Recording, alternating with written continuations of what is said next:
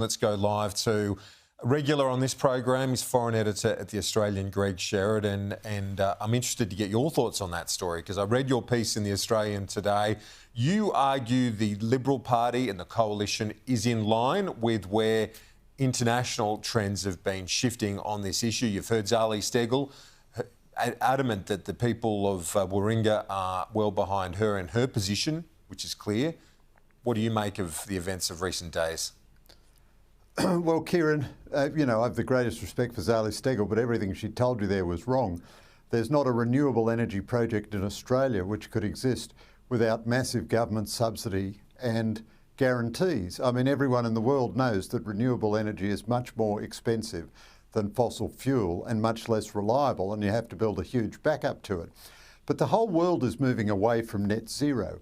The Economist magazine, the high priest of liberal internationalism, ran a big cover in August saying, look, let's forget about net zero, let's just try to reduce emissions. Tony Blair, Bill Gates have said the same thing. Keir Starmer told the COP summit in Brazil, global consensus on climate action has collapsed. And you've only got to look at the figures. The International Energy Agency released its World Energy Outlook only a few days ago, showed that in 2024, global emissions rose. We're told that coal is, going to be forever consigned to the dustbin of history. In fact, last year, the world derived more energy from coal than it has at any other time in the history of the human race. The majority of Australian energy comes from coal. There is no country in the world which has an industrial economy based on renewable energy.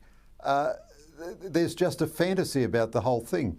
The attempt by Western Europe to create such an economy has seen the deindustrialisation of Western Europe and the massive rise in energy costs, as you've got in Australia, and the electorate is rebelling against it. Now, the Liberals face a big political challenge because Labor has created so many government-funded bodies that spruik the climate change maximal action. But many things that are asserted in Australia simply are untrue, and they're based on studies which proceed from false assumptions, such as that you have to get to net zero by 2050. They don't do a baseline case of business as usual. Now, I think the Liberals' position is, in fact, what the international position is becoming. You can't do net zero, it's counterproductive to try, but you should still try to reduce emissions where you can. Now, whether they can sell that position, who knows? But it's much more in line with international practice than the Albanese government, being the last government in the world to cling on to the fantasy of net zero. When you look at the broader debate, I remember back in 2009 when there was a similar convulsion on climate policy. Turnbull lost the job. The leadership job. Tony Abbott almost won that next election with a disciplined argument and a very clear argument, a relentless one. I just wonder, have the Libs got it in them to repeat that? Well, that's a $64 million question, Kieran. Susan Lee has done okay in the last couple of days, but really the consensus is this is not her kind of fight. You need conviction politicians. So you need the likes of Matt Canavan. Look, I've got no particular interest in Canavan's career or anything. He's not my nephew or anything. But the truth is he's the one coalition politician who really knows this stuff inside out. So he ought to be their main spokesman. You need people back in the front line like Andrew Hastie who actually believe this stuff.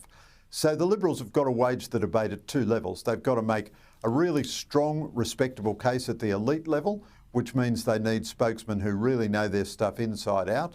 And you need, to authorise all the other people who know about the stuff, like Gerard Holland in the Page Institute and the energy team at the Centre for Independent Studies. They should be appearing on the ABC as much as all these Labor-sponsored experts.